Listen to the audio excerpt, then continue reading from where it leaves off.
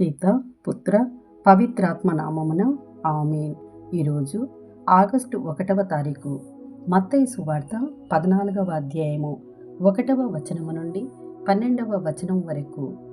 ఆ కాలమున గలిలయ ప్రాంత పాలకుడగు హేరోదు యేసు ప్రఖ్యాతిని విని, ఇతడు స్నాపకుడగు యోహానే, అతడే మృతుల నుండి లేచియున్నాడు, కావున అద్భుత శక్తులు ఇతని యందు కనిపించుచున్నవి అని తన కొలువు కాండ్రతో చెప్పెను. హేరోదు తన సోదరుడగు ఫిలిప్పు భార్య అయిన హేరోదియ కారణముగా యోహానును బంధించి చెరలో వేయించెను.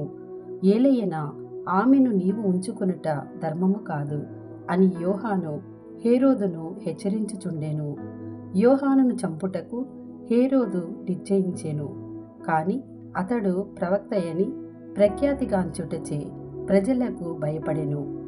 హేరోదు జన్మదినమున హేరోదియ కుమార్తె సభలో నాట్యమాడి అతనిని మెప్పింపగా, ఆమె ఏమి కోరినను దానిని ఆమెకు ఒసగెదను అని అతడు ప్రమాణపూర్వకముగా వాగ్దానం చేసెను.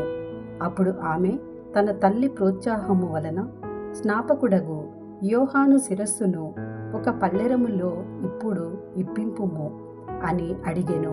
అందుకు ఆ రాజు దుఃఖించెను.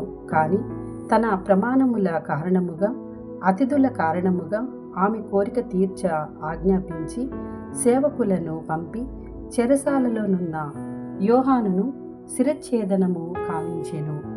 వారు అతని తలను పల్లెములో తెచ్చి ఆ బాలికకు ఇవ్వగా, ఆమె దానిని తన తల్లికి అందించెను.